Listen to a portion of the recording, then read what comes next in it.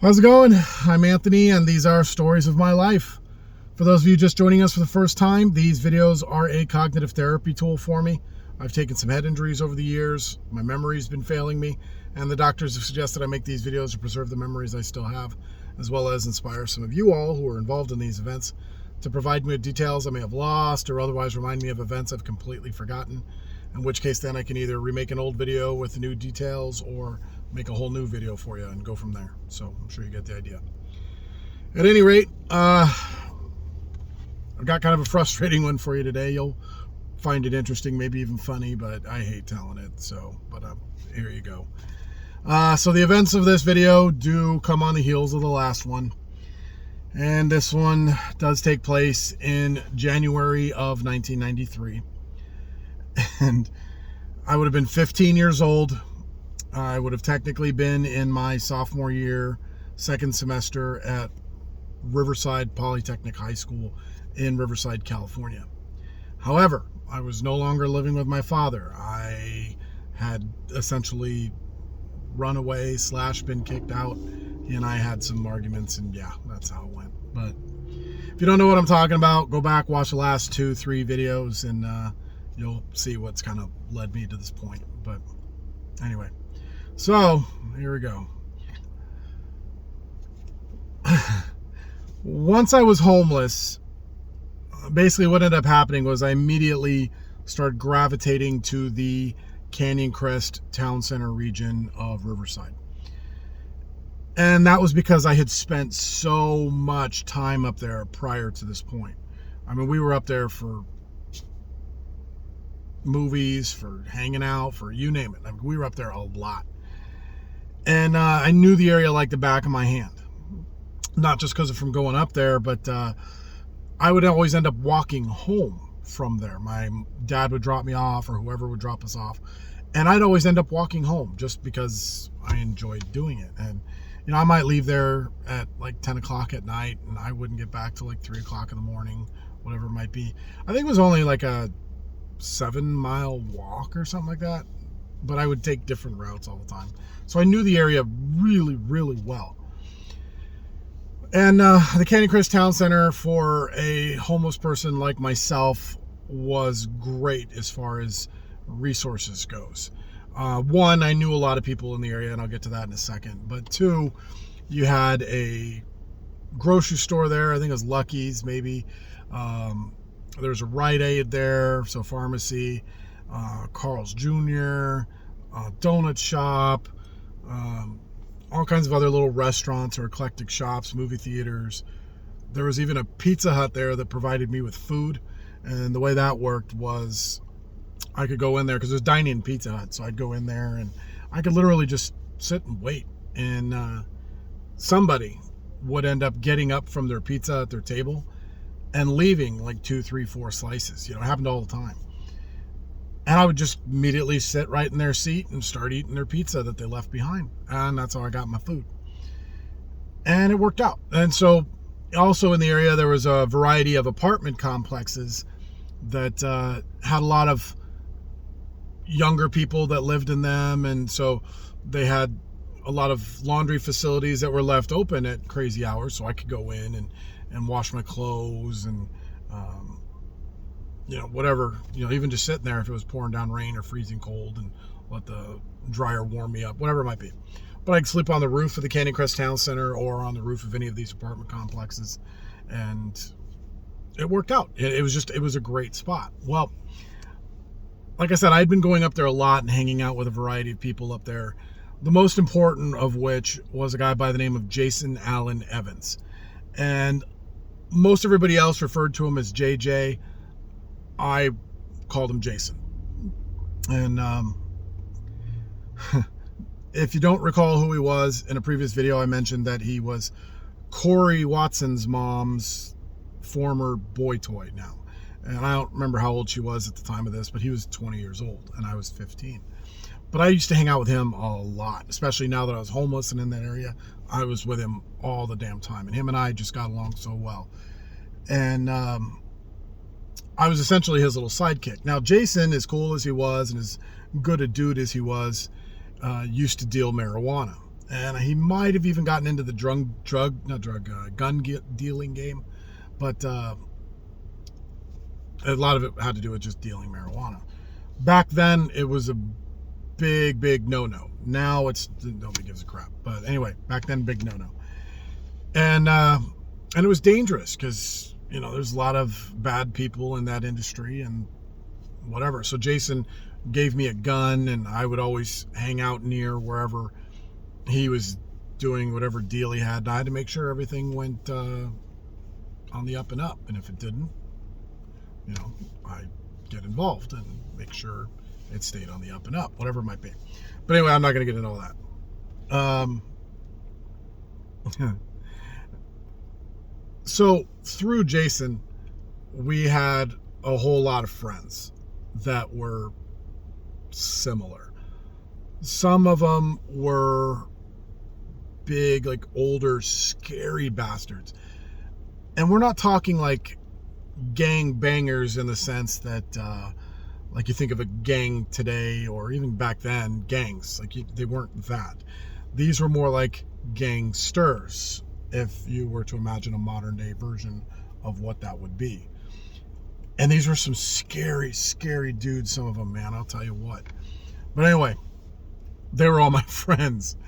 And, I'd hang out with them and we'd do a variety of things together. And they were I liked them. They were good people in my mind. They weren't the kind of people that wanted to hurt anybody, but didn't have a problem with hurting bad people. And that was an important distinction.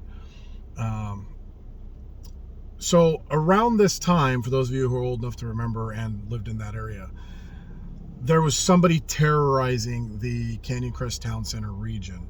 And the newspapers had referred to him as the Ninja Rapist. And it was a guy who would go around in a ninja outfit and either break into doors or knock on doors, wait for a girl to answer, kick it in, climb up into balconies and open up sliders and go in and, rape whoever. And he's carry around ninja swords and ninja stars and just stupid crap like that, right? But anyway, it was all happening in this Canyon Crest Town Center region. And for us who lived in that area, especially those of us who were homeless in that area, like we knew it like the back of our hands. And so we were pissed that we have not seen this bastard or been able to figure out who it was or whatever. Like we were absolutely freaking livid. I ain't gonna lie. And at one point, my mom had even told me that this guy had attacked her when she was somewhere in that region also, and described him to a T in his ninja outfit and swords and whatever. And the only reason she got away was she had some pepper spray on him, probably because she knew about this guy, and my mom was like that anyway. And she couldn't spray him, but she ended up hosing herself down with it. And, the effect got onto him, or at the very least deterred him from doing anything with her because she was now covered in pepper spray. But my mom told me about this, and we had gone a while without talking. If you don't know about that, go back, watch some old videos. My mom and I had kind of a tumultuous relationship. But anyway, we were talking now, and she told me about this, and I was pissed. And it didn't matter how much I was angry with my mom or even hated my mom. It was still my mom. You don't fuck with my mom. And so I wanted to find this bastard. I wanted to find him, and I wanted to end him. I wanted to unalive him in a horrendous way. And so all my friends were game for it. Not just because it was a bad dude anyway, he was hurting women, but all right, yeah. If the young kid, and I was the young kid of the group, I was only 15. Jason was probably the next youngest at 20. If the kid wants to do this, let's do it. Let's help him. So we actually started setting up patrols and observation posts in the area of the Canyon Crest Town Center to see if we could find this guy, see if we could. Because we had some guys that were former military, and they set up LPOPs and listening posts, observation posts, and would run the patrols, and we just were hunting this ninja rapist. And God, I can't tell you how many nights that we were just trying to find this fool, and we couldn't, and we just could not find this bastard. And then finally one night we were out doing our thing and it got really late, and I don't remember what time it was, but we had to call it off. We were just like, okay, I'm tired. Let's head back. And we went back to the Canyon Crest Town Center, got some food, and I think we just ended up calling it a night because nothing had happened in the area for a bit. And then it was that night that Ninja Rapist man attacks some people. I think this girl's boyfriend was home, and something went down with all them. I think dude ended up getting stabbed, and she ended up getting raped. I don't remember the details now, but it happened that night, and we were freaking livid. We were absolutely pissed. Like, So we kind of change up what we're doing. So now, instead of running 3, 4, 5-man patrols in various areas, now we just really scatter, total shotgun. We have, each person has individual areas of responsibility, and we would kind of cover what other people are doing. So we're really monitoring this area, doing things in shifts. And I'm now sleeping on rooftops of some of these apartment complexes. So are some of the other guys that are the sneaky bastards that can do this. And we just really stepped up our game trying to hunt this fuckhead. And then one day, God, it might have been the end of January, beginning of February. I don't remember exactly when it was now. All of a sudden, the news reports that this guy had been captured. Supposedly, some people he worked with, he was running his mouth about some crap, and somebody got the idea, wait a minute, this makes sense, descriptions fit, blah, blah, blah, blah. Called the police, and police figured it out. And then the police and the newspaper released his name.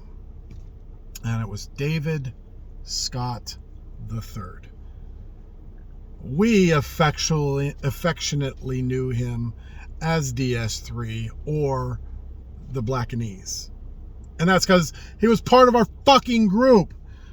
Oh my God, we were so fucking livid. We were so mad. So mad. You have no idea. No idea. And we called him the Blackanese because he was tall. He was half black, and I want to say he was either half Chinese or Japanese or some sort of ease. I don't remember what it was exactly. But, God, it makes me so mad to think about it. Everybody was pissed because he was out with us hunting himself. And no wonder we couldn't catch the bastard, because he was part of our group. Oh my God, it makes me so mad to think about. So freaking mad. Everybody was furious. And so we actually were talking about it one day. I can remember this conversation. And somebody's like, okay, so he got arrested for rape, which means he's going to have the ability to get out on bail. And so a plan was formulated that they were going to go to his house, camp somewhere in his house in a van, wait till this guy gets home on bail, and then disappear him, and then